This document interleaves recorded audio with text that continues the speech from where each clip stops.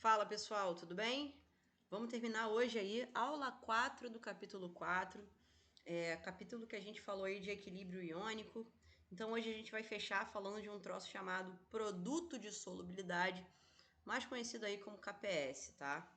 Bom, vamos entender aí para a gente conseguir fechar o raciocínio.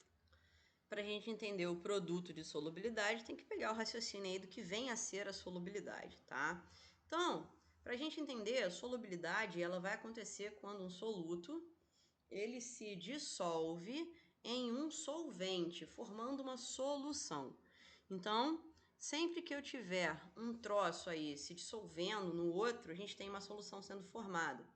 E toda a solubilidade ela vai apresentar aí para a gente um certo limite, ou seja, só solubiliza até certo ponto. E esse limite vai ser para a gente o coeficiente de solubilidade, tá?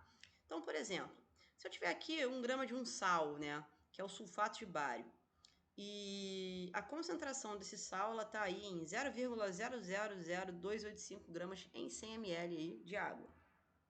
Se eu pego esse sal e jogo ali dentro, né, e ele solubiliza, eu vou ter que a parte que solubilizou, pelo fato da concentração ela ser muito pequena, é muito pouca. Então a gente praticamente não tem a solubilidade do sal inteiro. A gente tem parte desse sal solubilizando, se transformando em parte positiva e negativa, mas a gente não tem a maior parte dele solubilizada.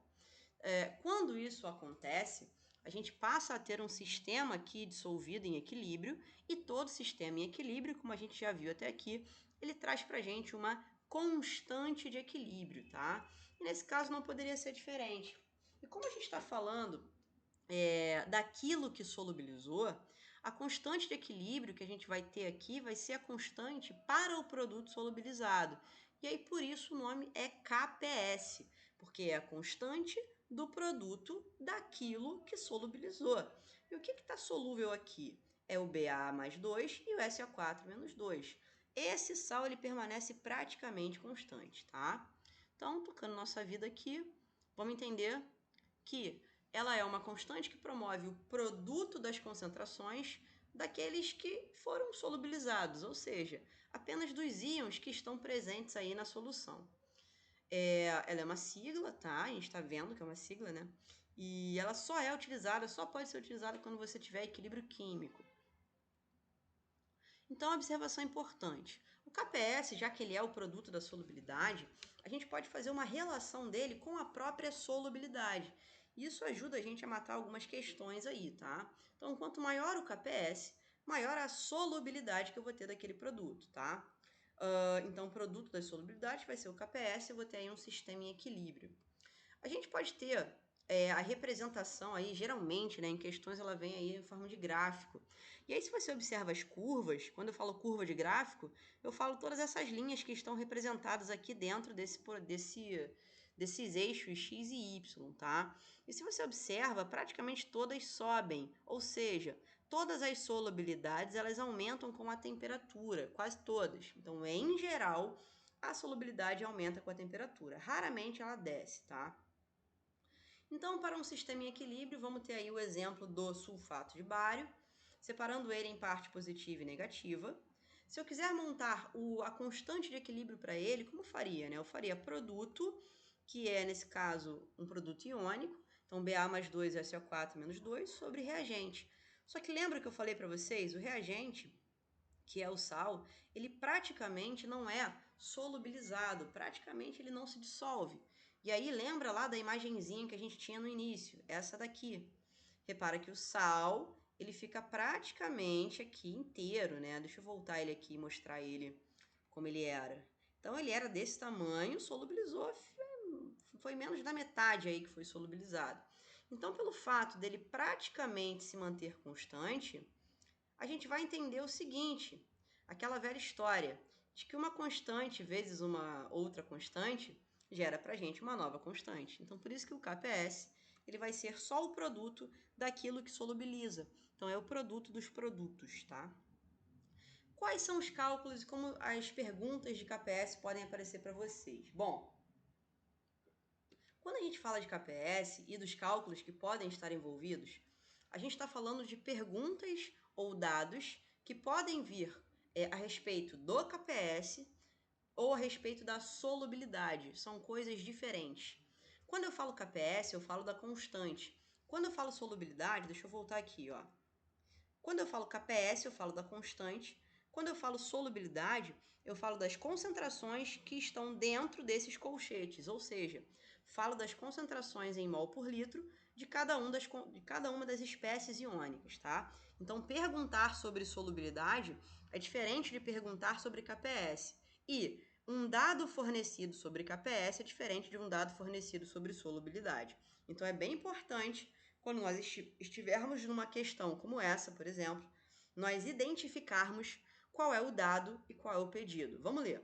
O hidróxido de magnésio, MgOH2, é uma base fraca, pouco solúvel em água. Então, se é pouco solúvel, a gente sabe que o KPS pode entrar em cena. Apresentando constante de produto de solubilidade, ou seja, o KPS, igual a 4 vezes 10 a menos 12. Então, pessoal, repara que o dado fornecido não é da solubilidade, mas é da constante do produto, então é o KPS.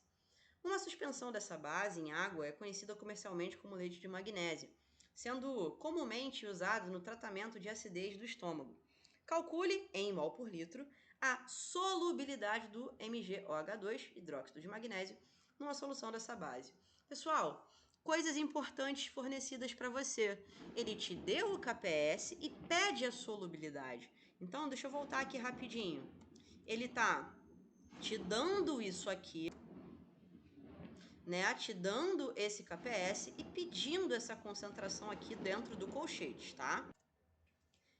Então, como é que a gente faz essa conta? Vamos lá, vamos voltar à nossa questão.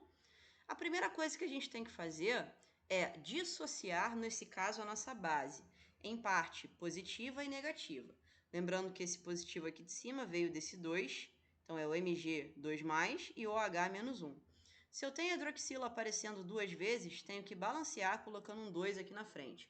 Então, a proporção entre eles é 1 para 1 para 2, ou seja, a concentração que eu encontro para ele, ela é igual à concentração que eu encontro para esse, e é igual a 2 vezes a concentração desse aqui, tá? Então, vamos armar a fórmula do KPS para esse exemplo, Mg mais 2 e OH menos 1. Lembrando que, se eu tenho um coeficiente, ele sobe como expoente. Feito isso, vamos colocar os valores. Lembrando que eu não tenho valores de x, e é o que a pergunta da questão pede, que é a concentração. Então, eu vou aplicar esses valores aqui dentro da minha fórmula antes de colocar o dado numérico. Então, KPS vai ser igual, Mg ele vale x, e esse aqui vale 2x, elevado ao quadrado. Ao final, a gente tem que o KPS é o valor que ele forneceu para a gente dentro do texto, e aqui a gente tem x vezes 2x ao quadrado. Bom, esse x vezes 2x ao quadrado, ele vai virar, nesse caso, 4x2, que vai virar 4x3, quando multiplico por esse aqui. Cortando os 4, eu tenho que x3 ele é igual a 10 elevado a menos 12. Então, eu vou precisar tirar uma raiz cúbica disso aqui. Como é que funciona a raiz cúbica de potência de 10? Ou de qualquer coisa elevado? Eu pego esse expoente e divido pela radiciação, pelo esse 3 aqui nesse caso. Então, aqui eu vou ter 10 a menos 4. Então, essa é a resposta da minha questão, do meu x, ou seja, esse é o valor do mol por litro perguntado na questão. Fechou? Beleza. Então, mais observações importantes aí, pH e solubilidade. A gente tem que, quando um ácido ele é ionizado, a gente tem um aumento do pH e a gente tem um aumento da solubilidade. Quando uma base é dissociada, a redução do pH aumenta a solubilidade. E quando um sal é dissociado, depende do caráter. E o que eu quero dizer com isso? Existe um negócio chamado efeito do íon comum. E o íon comum, ele pode aumentar ou reduzir a solubilidade. Então, imagina que você tem aqui um ácido ionizado. Caso eu aumente o pH, o que vai acontecer? A gente já aprendeu que aumento do pH é deixar a coisa mais básica. Logo, eu vou aumentar automaticamente o OH-. Aumentando o OH-, eu tenho uma neutralização desse H+, o que faz com que o equilíbrio seja deslocado para cá, para a direita, ou seja, aumentando a solubilidade. Quando eu falo da solubilidade, Eu estou falando de mais formação de produto, tá? Então, consumo de pH, equilíbrio para a direita, aumentei a solubilidade. Fechou? Agora, e se eu tiver um íon em comum? Deixa eu ver se eu coloquei isso. Não. Se eu tiver um íon em comum, no caso, se eu coloco aqui o H+, aumentando a concentração desse íon em comum, eu estou reduzindo a solubilidade porque eu desloco para a esquerda. Agora, precipitação em KPS. O que vem a ser a precipitação? Quando, em química, né, o termo precipitar é quando a coisa ela vai para o fundo, é quando a coisa não solubiliza mais. Então, essa precipitação depende do quociente da reação. E o que é o quociente? Ela mede uma concentração instantânea da solução e você monta ela da mesma forma que você monta a constante de equilíbrio, tá? Então, se esse Q for igual ao KPS, a solução está saturada, então não tem precipitado. Agora, se o Q for menor, a gente continua sem precipitado porque a solução não saturou. Agora, se o Q for maior, quer dizer que ultrapassou o limite. Então, a gente tem uma precipitação. É isso, galera. Então, façam aí, tentem fazer os exercícios das páginas 25 e 26 e a gente se encontra na Central de Dúvidas e na semana que vem. Um beijo e até lá!